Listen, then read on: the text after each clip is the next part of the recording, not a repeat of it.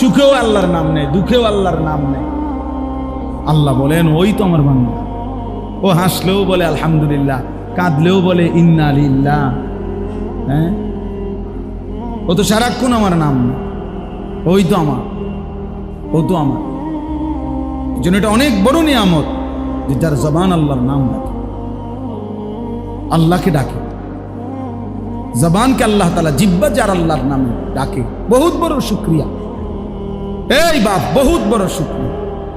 কিতাবের মধ্যে আমরা পড়ছি, যার একবার আল্লাহর ডাক আল্লাহ কবুল করে, তাকেই আল্লাহ দ্বিতীয়বার ডাকার সুযোগ দেয়।